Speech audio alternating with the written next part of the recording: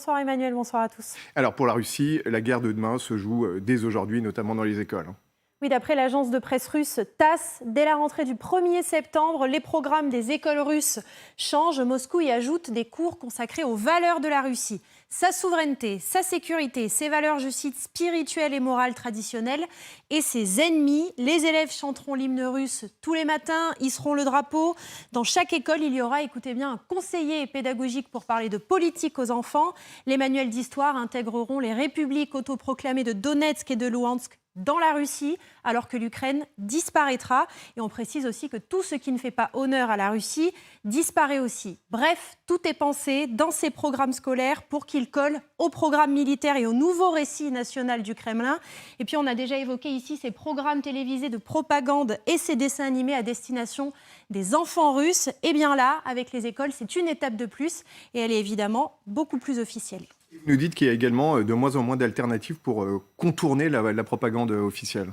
Oui, parce que la propagande et la censure vont souvent de pair. Eh bien, depuis le début de la guerre, le Kremlin prive les Russes d'accès aux sources d'informations d'opposition ou étrangères sur Internet, mais également aux réseaux sociaux, notamment Facebook, Twitter, Instagram et YouTube. Mais il y a un moyen qui est bien connu pour contourner cette censure, ça s'appelle un VPN. Alors pour faire simple, c'est un outil informatique qui va venir masquer votre adresse IP et donc votre localisation pour vous permettre d'accéder à des sites qui sont bloqués dans votre pays. Eh bien, depuis que la guerre a commencé, 30 fois plus de personnes utilisent des VPN chaque jour pour contourner la censure en Russie, soit 4 millions de Russes. Alors ça n'a évidemment pas échappé au Kremlin et on a repéré cette séquence que vous allez voir de la télévision russe dans laquelle une députée de la Douma propose de sanctionner les parents dont les enfants, je cite, mal élevés utilisent un VPN. Et vous allez voir que Vladimir Soloviev, que l'on connaît bien ici, le présentateur phare de ce talk-show, pourtant radical, est lui-même étonné. Écoutez. Мы потеряем, не будут они читать книги, они поставят VPN, потому что практика поиск стой раз-два не работает. Если ты не можешь предложить им более качественные продукты... Если мы, взрослые, не в состоянии ограничить своих детей, мы не в состоянии. Ну, то нас нет. Здравствуйте, в Екатеринбурге у тебя состояние или нет? Они сказали, они против буквы Z. Студенты, предлагаешь посадить их родителей? Конечно. Посадить их родителей? Конечно. А кто воспитывал? Vous l'avez compris, ces parents pourraient risquer des peines de prison, y compris si leurs enfants critiquent l'opération militaire spéciale de Poutine. En clair, les enfants russes sont aussi soumis à la censure. Alors, pour fabriquer les bons Russes de demain, le Kremlin ne compte pas que sur le formatage des enfants russes, il y a aussi les enfants ukrainiens. Oui, d'abord, on précise que la propagande scolaire dont on parlait plus tôt concerne aussi les écoles qui se trouvent en territoire occupé. Ensuite, les manuels scolaires russes remplaceront les manuels scolaires ukrainiens dans les républiques autoproclamées de Donetsk et de Louhansk, mais aussi dans les grandes villes ukrainiennes qui sont aux mains des Russes, notamment Kherson, Melitopol et Mariupol, et également dans la région partiellement occupée de Zaporizhia. Le russe sera désormais la seule langue qui sera autorisée dans ces écoles, et la Russie fait même venir des professeurs russes pour enseigner là-bas. En contrepartie, elle les paiera 8 à 10 fois plus. Plus inquiétant encore, on vous a souvent parlé de ces enfants ukrainiens qui sont passés par des camps de filtration, puis déportés vers la Russie. Vous le disiez, il serait environ 200 000 selon Volodymyr Zelensky lui-même. Eh bien, on apprend que la Russie envisage pour eux des stages d'été, entre guillemets, dans des internats militaires pour les russifier de force, sans le consentement de leurs parents. Écoutez, le chef du comité de défense de la Douma, il s'exprimait à la télévision russe. Это значит, что, наверное, в наших кадетских училищах, Суворовских, Нахимовских, можно провести дополнительный набор и забрать туда этих ребятишек. Наверное, в московские высшие учебные заведения, то другие в стране должны зарезервировать места дополнительные для студентов, которых разместить на бюджетной основе, в бесплатных общежитиях. Мы должны это сделать, потому что тогда люди поверят, что Россия – это всерьез, это надолго и навсегда. Voilà, on comprend bien la ligne. Est-ce que Kiev a réagi ? Oui, alors clairement, Volodymyr Zelensky n'a pas attendu cette prise de parole pour alerter sur le sort de ses enfants ukrainiens. On l'a dit, déportés ou menacés de déportation en territoire occupé. Il y a quelques jours, il appelait tous les civils à fuir la région de Donetsk. Et c'est aussi évidemment pour éviter l'embrigadement des enfants. Écoutez-le. Їдьте, ми допоможемо. Ми не Росія. Саме тому Саме тому для нас кожне життя має значення, і ми будемо використовувати усі доступні можливості, щоб врятувати якнайбільше життів і щоб по максимуму обмежити російський терор. Залишаються на Донбасі у зонах найжорсткіших боїв. Там сотні тисяч людей, десятки тисяч дітей. Багато хто відмовляється виїхати. Але це дійсно потрібно зробити. Це рішення все одно доведеться приймати. Все одно, повірте мені. Et puis on évoquait aussi dans le sommaire cette tribune qui est parue dans le Journal du Monde hier, un collectif d'intellectuels et de pédopsychiatres qui alertent sur l'endoctrinement des enfants ukrainiens. Et pour eux, c'est une nouvelle étape du démantèlement définitif de l'Ukraine. Ah, merci beaucoup, Justine. Je m'attendais à ce que quelqu'un prenne la parole. Ulrich Bouna, vous connaissez parfaitement cette région.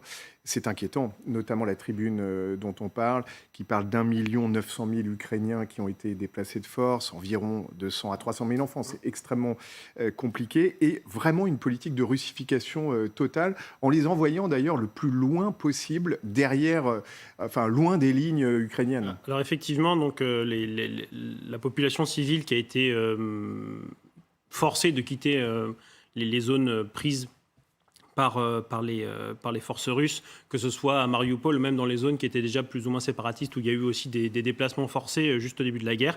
Ces personnes ont ensuite été passées par des camps de filtration et expédiées un peu partout en Russie. Donc des fois pas trop loin de la frontière, mais aussi des fois à Vladivostok, donc complètement à l'opposé du pays.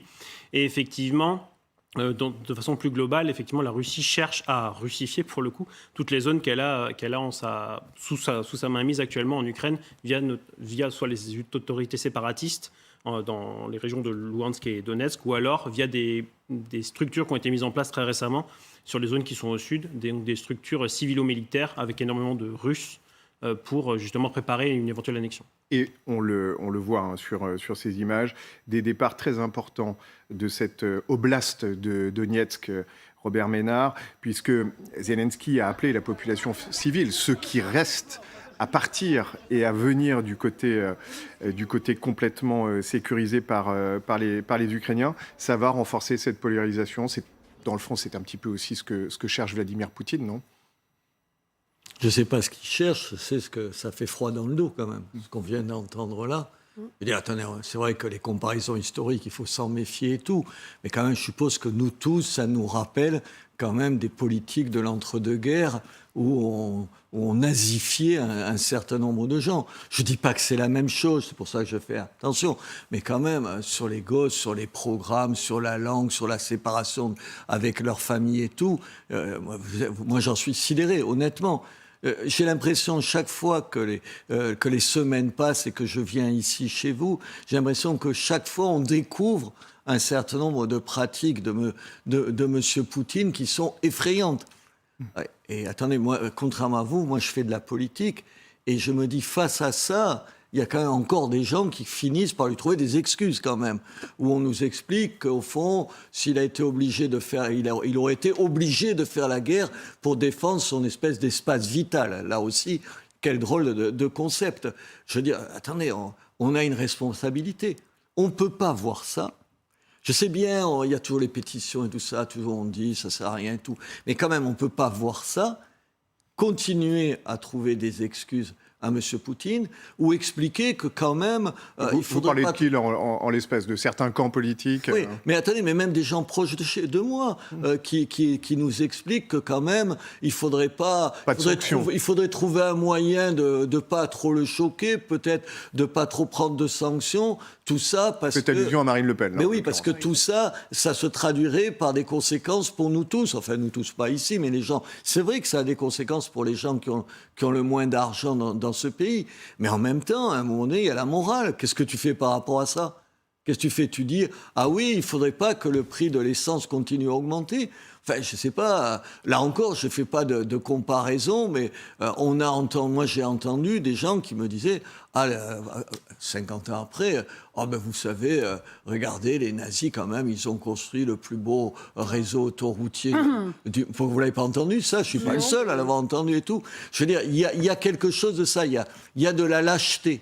Et quand on voit ça, je pense qu'on se dit quand même qu'on est devant une situation où juste, Il faut faire des choix douloureux. Moi, je suis sûr, je ne pense pas un instant qu'on puisse être du côté de l'Ukraine sans que ça ait des conséquences pour notre train de vie et pour notre confort. Mais peut-être que la morale, c'est de prendre en compte ça. Alors, vous êtes dans le cadre général, merci infiniment. On va revenir sur les enfants avec vous, Elsa Vidal, parce que ce qui se passe en ce moment, ça a été écrit, c'est documenté depuis longtemps. Il y a notamment un idéologue proche de Vladimir Poutine, Timofey Sergeïevtsev, qui l'a écrit. Il l'a écrit d'ailleurs dès le mois d'avril. Il faut désukrainiser, et pour ce faire, naturellement, l'éducation. Et ça rappelle l'histoire. On reviendra, vous avez raison, Robert Minard, sur des pages historiques. Désukrainiser, ça passe par les jeunes esprits. Oui, bien sûr, ça passe par la formation d'une idéologie nationale qui maintenant a pris pour cible les plus jeunes des citoyens qui vont devenir russes ou qui sont en train de devenir russes de manière forcée. Ce qui est intéressant, en plus de le caractère complètement dramatique, c'est qu'il y a un cadre légal qui a été préparé à cette fin en Russie. C'est-à-dire qu'en mai, en juin, on a adopté des lois qui permettent et qui simplifient l'obtention de la nationalité russe, mais aussi l'adoption d'enfants étrangers. Et c'est complètement concomitant. Bien sûr, on ne peut pas prouver que c'est à cette fin, mais c'est totalement concomitant. Et ça rappelle d'autres souvenirs historiques, les adoptions forcées pour... oui, ça rappelle aussi... Notamment la Deuxième Guerre mondiale, oui. Oui, mais ça rappelle aussi l'Espagne franquiste et l'Argentine ou le Chili, par exemple, qui sont d'autres types... Ils ont en commun d'être tous des régimes autoritaires. Exactement, ça, bien sûr. Après, l'Australie l'a fait en son temps également... et qui n'était pas un régime autoritaire. C'était les aborigènes. Ouais. Le Canada aussi, d'ailleurs. Tout à fait. Ouais. Mais effectivement, c'est documenté. Et ce qui est intéressant aussi, c'est de voir qu'il y a eu des chiffres du ministère de la Défense russe sur ces questions-là, puisque au sein du ministère de la Défense existe un centre d'action humanitaire. Le ministère de la Défense russe a un centre d'action humanitaire, puisque en Russie, la doctrine humanitaire est complètement intégrée à l'action militaire. Et dans ce pseudo-centre humanitaire, notamment, on a donné des informations sur les enfants qui ont été, selon la terminologie russe, non pas déportés, mais évacués. Encore une fois, ça nous renseigne sur le fait que la Russie essaie de créer un espace juridique et des normes complètement alternatives qui viennent s'opposer et qui sont en contradiction avec le droit international auquel elle n'obéit pas. En tout cas, effacer un peuple, pas forcément d'ailleurs par la force, mais en faisant oublier l'esprit ukrainien, la langue ukrainienne, etc. Ça se rapproche, si on est très au sens strict, d'une volonté génocidaire. Oui, c'est un des éléments qu'on trouve dans la définition du crime de génocide. Alors, dans cette définition, il y a un élément qui est très important, c'est l'intentionnalité. Et donc, les éléments législatifs que je vous ai cités pourraient démontrer qu'il y a une intention de faire disparaître un peuple. Ensuite, il y a des éléments matériels très lourds qu'il faut rassembler. Encore une fois, c'est dans le cadre du droit international humanitaire. Je tiens quand même à rappeler que ni l'Ukraine ni la Russie ne sont signataires et ne sont membres de la CPI. Malgré cela, la norme du droit international s'impose à eux, notamment dans le génocide. Pierre Servan, on va parler d'histoire, parce qu'on est obligé de remonter dans le passé avec l'Ukraine. On se souvient de la grande famine de 1933, la fameuse Holodomor. Vous avez parlé de la Shoah par balle, effectivement, en Ukraine. Il y a eu les déportations staliniennes. On voit quelques images d'archives. C'est un pays qui n'a jamais été épargné et qui a souvent dû lutter contre une volonté d'être effacé de la carte, d'une certaine façon. Oui, et c'est le cas de pas mal de pays de la zone qui, dans leur histoire, ont connu soit les invasions tsaristes. On avait parlé ici de Pierre le Grand, dont on fête l'anniversaire de la naissance. 350 ans, Elsa, ou 325, je sais plus, 350. Je vous laisse... Oui, bon. On va vérifier. J'ai oublié mes cours. On vérifiera. Pierre le Grand, Poutine a une grande admiration pour lui. D'ailleurs, il s'était appuyé sur son exemple pour dire... Vous voyez, rien n'a changé depuis l'époque de Pierre le Grand, donc XVIIe siècle. Et récemment, dans les parades de la flotte russe. Pierre le Grand ne faisait pas la conquête de territoire, il récupérait ce qui lui était dû. Donc là, ce qu'on voit très clairement, il y a quelques années, les politologues parlaient de démocrature à propos de la Russie, en disant c'est une démocratie et une dictature. C'est devenu après un régime autoritaire. Très clairement, ce que l'on voit se dessiner, c'est un glissement vers le totalitarisme. Et effectivement, les parallèles avec l'Allemagne nazie sont confondants. Et ça n'est pas une surprise. C'est-à-dire que pour ceux qui travaillent depuis longtemps, Lisa le fait depuis encore plus longtemps que moi, sur les textes de doctrine, sur les déclarations de Poutine, sur les déclarations des proches de Poutine. Je me suis replongé notamment dans des interviews dans la revue Politique internationale d'il y a 1 an, où il y avait des proches de Poutine qui s'exprimaient. Tout ce qu'on voit là était déjà inscrit. C'est-à-dire, Poutine fonctionne selon comment dirais-je, 4 axes. Invasion, soumission, annexion, sanctuarisation. Donc, il envahit, il essaye de soumettre, il annexe, comme il l'a fait pour la Crimée, en disant, voilà, ce territoire-là, il est à nous. Et il va essayer de faire pareil pour le Donbass, pour la région de Kherson.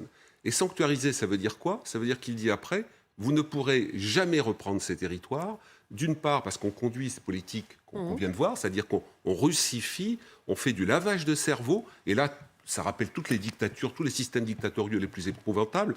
Mais il y a un autre élément dans sa sanctuarisation, il y a le fait de dire, si vous voulez reprendre ces territoires russes, nous avons l'arme nucléaire. À ce moment-là, vous faites une atteinte à notre existence fondamentale, et donc vous avez la menace là. C'est un système diabolique, Emmanuel, et ça veut dire quoi? Ça veut dire que nous sommes entrés dans un état de guerre en Europe pour des décennies. Parce que ce système-là ne va pas s'arrêter demain. Et tous les somnambules de ces derniers mois, de ces dernières années, Nicolas Sarkozy qui vendait des bâtiments de guerre à Poutine, etc., tous les somnambules, s'ils regardent la réalité, nous avons maintenant face à nous la construction d'un système totalitaire allié à un autre système totalitaire qui est le système chinois, qui coche toutes les cases du totalitarisme. Alors, sur les plateaux, il y a quelques mois, quand je disais la Chine est un régime totalitaire, on sursautait un peu. Quand vous faites quand vous déclinez les items, il y a tous les points sont cochés, je vais pas les énumérer. Et dernier point, pourquoi on rentre dans un état de guerre?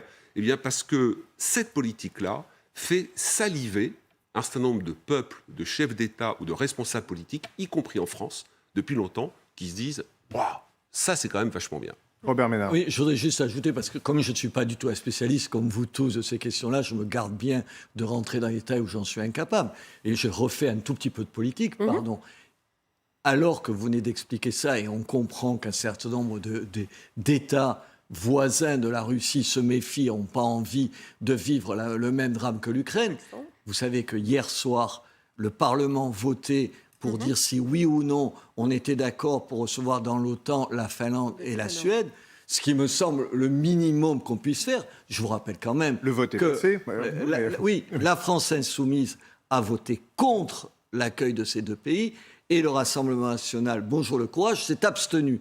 Je veux dire, quand même, aujourd'hui, on ne peut pas dire, Monsieur Servan, on ne peut pas dire tout ce que vous dites, et vous avez raison, ce que vous dites, madame, et approuver ça, et en même temps, quand il s'agit, quand tu fais de la politique, d'en tirer un certain nombre de conclusions, c'est de dire, bien sûr que vous êtes le bienvenu dans l'OTAN, ah non, on ne vous veut pas, ou on réfléchit, est-ce que c'est vrai, ça ne pourrait pas choquer ce bon monsieur Poutine. Voilà, je voulais dire ça parce que ça m'exaspère. Et je trouve ça d'une lâcheté, d'un abandon de... Je sais pas, il faut... Vous êtes tout à fait d'accord l'un et l'autre, Pierre Servan. Complètement. Et je suis historien, je connais bien l'entre-deux-guerres, les années 30.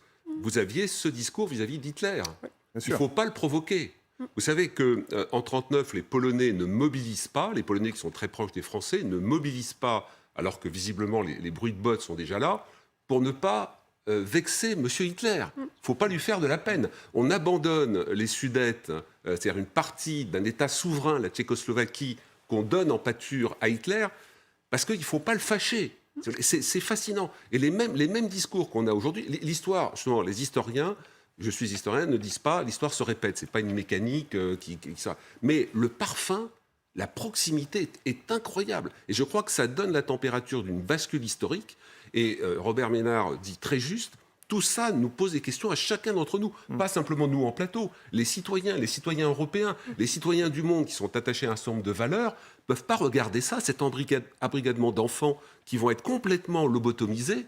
C'est monstrueux. Oui, et au-delà de ça, Ulrich Bouna, on l'a très bien vu avec Justine Fraissinet tout à l'heure, au-delà de ces nouveaux cours patriotiques avec le lever du drapeau qui sera obligatoire, on raye l'Ukraine bien sûr de la carte dans les manuels scolaires, il y a cette bulle filtrante finalement géante qui est en train de devenir la Russie, puisqu'on voyait que c'était de plus en plus compliqué, ça va peut-être même devenir totalement criminel d'installer des VPN pour s'informer sur les réseaux à l'extérieur de la Russie. Oui, après déjà, enfin pour revenir peut-être vite fait sur les enfants, les nouveaux programmes scolaires, etc., je pense qu'il y a un autre élément qui est aussi que la jeunesse, enfin pas toute la jeunesse, mais en tout cas une partie de la jeunesse en Russie, c'est la catégorie de la population qui est la moins réceptive en fait au message du Kremlin. C'est effectivement eux qui ont manifesté à Bolotnaya, c'est eux qui ont soutenu Alexei Navalny. Dans l'extrait de Pervy Canal que vous mettiez, justement, il disait que des jeunes avaient détruit le symbole Z à Ekaterinbourg, etc. Donc effectivement, en fait, je pense que le régime Poutine a bien conscience qu'il a un problème avec une partie de sa jeunesse. Et donc c'est pour ça, en fait, aussi que des programmes d'embrigadement sont mis en place pour essayer justement de faire que le message passe sur toutes les couches de la population. Voilà pour ça. Et du coup... sur les VPN. Sur les VPN, oui, cet isolement... effectivement, effectivement, donc, la Russie essaye de bâtir un certain nombre de pare-feux physique et numérique, dans le sens où il essaye effectivement d'empêcher sa population d'avoir accès à l'information extérieure. Après, je ne prendrai pas non plus toutes les millions de connexions VPN qui ont été utilisées comme des gens qui souhaitent s'informer. Il y a malheureusement aussi beaucoup de gens qui font ça juste pour aller sur Instagram ou ce genre de choses. Juste pour donner un exemple qui est, à mon sens, un petit peu dramatique, c'est qu'il y a je connais notamment des Ukrainiens qui ont de la famille ou des amis en Russie, notamment qui habitaient Kharkiv, qui sont sous les bombes, qui les appellent pour leur dire qu'en gros, ils sont bombardés par la Russie et ces gens-là refusent d'accepter la vérité. Donc même lorsqu'une partie de la population russe a accès à l'information, il y a un déni de réalité et on préfère rester dans le confort de la propagande. Oui. Alors c'est intéressant, Elsa Widdel, parce qu'on peut parler aussi de deux personnages, et ça va rejoindre d'ailleurs ce que dit Ulrich Bouna, qui sont... des très proches de Vladimir Poutine, qui pourraient jouer un rôle dans cette région. Il y en a un, Sergueï Kirienko, que tout le monde connaît, parce qu'il a un long... tout le monde. Je dirais peut-être pas jusque-là. Ceux qui s'intéressent à la Russie, pardonnez-moi. Il a un long parcours, il a été ministre, je crois, après Viktor Tchernomyrdin en 98, mais pas pour 6-7 mois à peu près. Ouais. Voilà. Et puis son fils... Et là, on revient sur les réseaux sociaux parce que son fils, Vladimir Kirienko, dirige le premier réseau social sur place. Il peut jouer, cet homme, ou ils peuvent jouer un rôle important dans cette russification de la zone, notamment le Donbass, pas que peut-être. Ah oui, mais je pense que là, on est à la confluence de nombre de vos dossiers, en fait, de ce soir qu'on va discuter, parce que, notamment, Kirienko, c'est celui qui a pu convaincre Poutine qu'il fallait mener une action très claire dans les territoires occupés et dans le Donbass, qui est une action qui revient à montrer que la Russie s'établit durablement dans cette zone, qu'elle va assimiler ces territoires, qu'elle est là pour rester. Et donc, ça passe par l'éducation, ça passe par ce qu'on a entendu, ce que Justine a très justement expliqué, c'est que non seulement il y a un nouveau programme scolaire pour toute la Russie, mais il est encore renforcé dans les zones occupées que sont le Donbass et Kherson, et Mariupol. Et que ça va consister en un effort soutenu. Et ça, c'est Kirienko qui a su convaincre durablement Vladimir Poutine qu'il était en capacité de lui apporter des solutions, puisqu'on a vu que quand même Kherson, qui a été un des premiers territoires conquis, a surpris les nouvelles autorités russes, les autorités d'occupation, puisque sur place, la population a très fortement réagi, s'est opposée à de nombreuses reprises par la force ou parfois de manière civile, c'est-à-dire pacifique, face à des armes russes, à cette tentative d'installer de nouvelles autorités ou de les faire fonctionner. Et ça, c'est venu comme une surprise pour les autorités russes. Et c'est Kirienko qui a su convaincre Vladimir Poutine qu'il serait en capacité de lui livrer ces territoires et de les gérer. De ce fait, il a, en quelque sorte, depuis peu, remporté cette gestion. C'est devenu le nouveau curateur pour l'administration présidentielle de cet espace, le Donbass, les territoires occupés.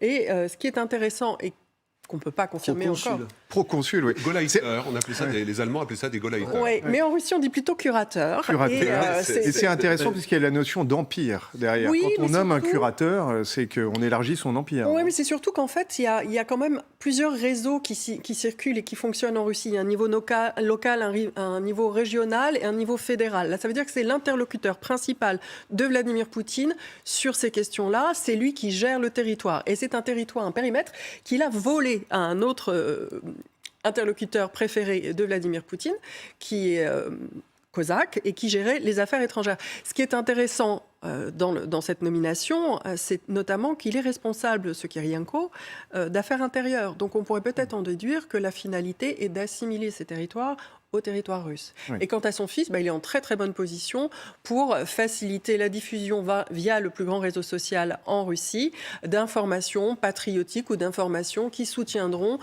l'humeur nationale dans le sens de cette assimilation. Oui, parce que la guerre des esprits, elle se joue aussi sur les réseaux. Et puis à l'extérieur, vers l'extérieur, je vais vous montrer un petit spot que vous avez peut-être vu passer aujourd'hui. Il est intéressant parce qu'on parlait tout à l'heure de ceux qui en Occident sont réceptifs au discours de Poutine. Il y en a, et évidemment, on peut respecter leur opinion. Regardez ce spot, il a été au tout début diffusé par l'ambassade de Russie en Espagne, et alors il joue sur tous les points clés qui peuvent séduire chez Vladimir Poutine.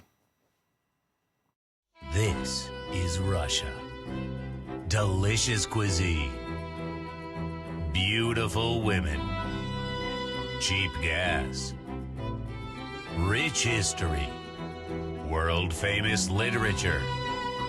Unique architecture. Fertile soil. Cheap electricity and water. Ballet. Cheap taxi and delivery. Traditional values. Christianity. No cancel culture. Hospitality. Vodka. Economy that can withstand thousands of sanctions. Time to move to Russia. Don't delay. Winter is coming. Game of Thrones. Alors tout est intéressant. Winter is coming, le Game of Thrones.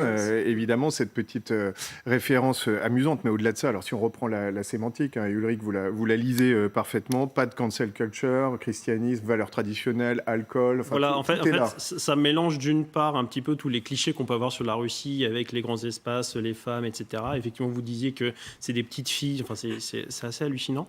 Et après, d'un autre côté, effectivement, on voit bien à qui s'adresse ce spot. En fait, il s'adresse aussi effectivement à tous ceux qui, vous l'abordiez un peu tous les trois tout à l'heure, mais tous ceux qui justement admirent un petit peu le régime de Vladimir Poutine, qui sont un peu en manque d'un homme fort, qui n'apprécient pas certains changements dans la société, voilà, tout ce qui est cancel culture, etc. Donc un petit peu, on va dire toutes les franges un petit peu, très conservatrices, on va dire, de la société. Et je pense que ce qui est intéressant, au-delà du Winter is coming, c'est que Vladimir Poutine sait très bien, et le régime russe savent très bien qu'avec l'hiver qui approche, et donc l'augmentation du prix du gaz, puisqu'ils réduisent, et on en reparlera tout à l'heure, réduisent effectivement la fourniture de gaz, etc., ils savent très bien que les matières premières vont augmenter. Et donc du coup, en fait, je pense que c'est aussi ça. En fait, c'est au-delà du jeu de mots sur Game of Thrones, c'est effectivement une petite menace en disant venez vers nous avant que vous ne sentiez en gros les impacts de notre politique hostile envers vous. Et toujours une très forte polarisation, Robert Ménard. C'est vraiment ça l'idée. C'est quand même d'un ringard absolu quand même. C'est presque parodique. On peut quand même le dire. Tu penses que c'est une blague quand même. C'est presque parodique. Il y a un second degré qui a l'air évident en même temps. Mais je ne crois pas que ça le soit du tout. Je voudrais préciser qu'on peut être contre la cancel culture sans pour autant devenir un adepte de M. Poutine. Heureusement. Oui, je le dis. Mais il n'est pas certain que les polittechnologues, comme on les appelle en Russie, c'est-à-dire ceux qui sont derrière ces généralement petits clips, en aient conscience. Parce qu'il y a quand même aussi des préjugés de leur côté, des représentations quant à ce qu'est l'Europe et comment fonctionne la psyché, les mentalités européennes, qui sont aussi marquées par plein d'erreurs. En fait. Mais en même temps, moi je connais plein de gens, respectables par ailleurs, c'est vrai, qui avaient, alors maintenant quand même ils s'interrogent un peu, mais qui avaient une espèce de fascination pour M. Poutine. Vous savez, un régime autoritaire, un régime qui passe son temps à flatter ce qu'il est, à dire on est une grande civilisation, une grande histoire et tout. Ça résonne aux oreilles de tout un tas de gens. Ouais. Ce que j'espère, manifestement ça l'est pas, je faisais encore allusion au vote d'hier soir, au Parlement, que ça leur ouvre les yeux, parce que quand même, tu te dis à un moment donné que ça respire le mensonge quand même. Si ça, c'est pas de la propagande, c'est que tu es un demeuré quand même, tu vois. C'est quand même une campagne de communication très cheap. Enfin, cheap non, parce que les moyens sont là, mais dans la formulation, dans la voix qui est choisie, qui est quand même une voix très typique de ce qu'on pouvait voir dans le cinéma russe, qui doublait les films d'importation, les voix masculines très très basses. Et puis c'est quand même presque ironique parce qu'on peut difficilement imaginer changer de pays et déménager, et en plus avec tout ce que ça peut supposer d'apprendre le russe quand même, qui n'est pas un espace où on parle une autre langue, surtout en ce moment, pour des questions de facture de gaz. Oui. Bon. Alors, vous savez, pardon, je voudrais pas faire là encore un rapprochement historique, mais dans les gens qui aujourd'hui soutiennent la Russie de M. Poutine, il y a un certain nombre d'entre eux qui nous ont expliqué pendant 50 ans sous le communisme que ça ne voulait rien dire que les Russes voulaient fuir l'URSS et qu'il n'y avait personne qui avait l'intention d'y aller. Je veux dire, cet aveuglement, on l'a connu. On a l'impression, c'est vrai, moi je m'écoute parler, je me dis, je m'étonne d'un aveuglement, mais enfin, vous êtes historien, qu'on a vu avec des gens brillants, des intellectuels fabuleux, des écrivains. Aragon était un poète formidable. Il a écrit des saloperies absolues sur le régime. Que Lénine appelait les idiots utiles à l'époque. Oui, mais je pense qu'on n'est pas à l'abri de ça. On s'étonne tout le temps de comment l'intelligence peut être pas... Oui, voilà. Et être un facteur d'aveuglement. Je veux dire, il y a... Laissons pas parler l'historien, d'ailleurs. Oui, non, mais... Punition. L'avantage, c'est aussi d'avoir un double casquette de l'historien et du journaliste sur l'actualité. Le clip, effectivement, ces petites filles avec le bandeau des belles femmes n'est pas du tout anodin. Il y a une culture du viol qui est assumée par Vladimir Poutine. Vladimir Poutine, dans une des conférences de presse qu'il a données avant l'invasion, à un moment, il cite une strophe d'une chanson. Et cette strophe dit « Que tu le veuilles ou que tu ne le veuilles pas, ma jolie », Elsa pourrait le dire en russe, « Que tu le veuilles ou que tu ne le veuilles pas, ma jolie, il faudra que tu t'y fasses. » Donc j'ai interrogé à l'époque Jean-François Colosimo, qui connaît bien le monde slave et russe. Il me dit « C'est la strophe d'une chanson à boire de Soudar qui est un appel au viol. » Et c'est parfaitement connu dans la rue russe, c'est-à-dire que quand un Russe entend cette strophe, il sait que ça fait référence au viol. Donc vous avez un chef d'État, membre permanent du Conseil de sécurité, pas en privé. C'est pas quelqu'un qui dit, vous savez, Poutine raconte ça le soir dans sa datcha. Non, il l'a fait publiquement, qui utilise ça, qui est un appel au viol, et qui en l'occurrence était l'appel au viol de l'Ukraine. Volodymyr Zelensky, interrogé par les journalistes dans la foulée, en disant voilà ce que dit Poutine, a parfaitement compris l'allusion et a dit je ne serai pas la jolie de Poutine. Pourquoi c'est important ? Parce que vous avez tout cet imaginaire de l'homme fort, du vrai homme, des véritables hommes, qui étaient dans la culture du KGB. Et dans cette culture-là, avec tout le côté patriarcal, etc., vous avez aussi la domination de l'homme sur la femme. Donc, ce qu'on voit là est très grave. Deuxième remarque sur le clip, Winter is Coming, donc Game of Thrones, qu'on a, enfin, je pense que beaucoup l'ont vu. Qu'est-ce qui est intéressant dans ce qui se passe comme Winter is Coming ? C'est que vous avez le mur tenu par ces moines soldats qui font vœu de chasteté, qui tiennent le mur face aux hordes de l'extérieur. C'est ça, oui. Qui sont les moines soldats qui, sur les bases de l'orthodoxie, de l'alliance du sabre et du goupillon, des valeurs traditionnelles, tient le mur ? Ce sont les Russes. Et Emmanuel, chers amis, qui sont les robots, enfin les gens, les zombies qui attaquent, c'est nous.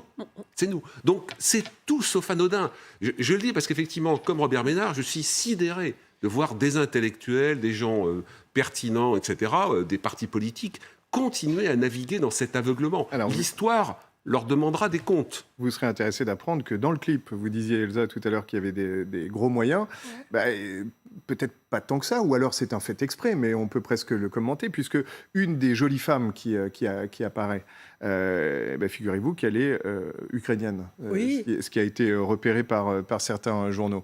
Mais c'est ce qu'on voudrait... Je pense que... Alors, en fait, ce que je trouve intéressant avec la propagande russe, et c'est pour ça que c'est vraiment fascinant de s'y plonger, c'est qu'en fait, il y a toujours plusieurs dimensions, et qu'à un moment, le mensonge est tel que même de découvrir la supercherie ne suffit pas à la désamorcer. Que cette jeune femme qu'on fait passer pour une Russe soit ukrainienne, finalement, ça s'inscrit très bien dans ce qui nous est vendu comme ce qui est la nature de l'Ukraine, qui est d'être une petite Russie, une Russie par nature qui doit être assimilée à nouveau. Et ce qui est intéressant aussi, c'est de voir qu'en fait, il n'y a absolument aucune conviction particulière idéologique à ce régime, encore qu'une est en train de se former sous une forme nationaliste. Mais la réalité de cette propagande, c'est qu'elle se déploie à chaque fois dans la direction qui lui est utile. Donc Vladimir Poutine, il a été un chantre du multiculturalisme multicultuisme ou de la multiconfession. Quand nous, on avait des problèmes, notamment en France, en termes d'immigration, quand on a eu des attentats, il expliquait très doctement que la Russie est un pays où plusieurs confessions vivent ensemble, où le christianisme ne règne pas en maître. Et aujourd'hui, on nous vend le christianisme comme facteur d'attractivité. Donc en fait, il s'adapte complètement au public qui souhaite séduire. C'est de la pure communication. L'histoire est complètement revue, transformée, généralement dans un sens absolument absurde. Mais après tout, on s'en fiche puisqu'il s'agit de communication. On sème le doute. Et là, c'est simplement cultiver au sein des Européens la défiance envers les élites.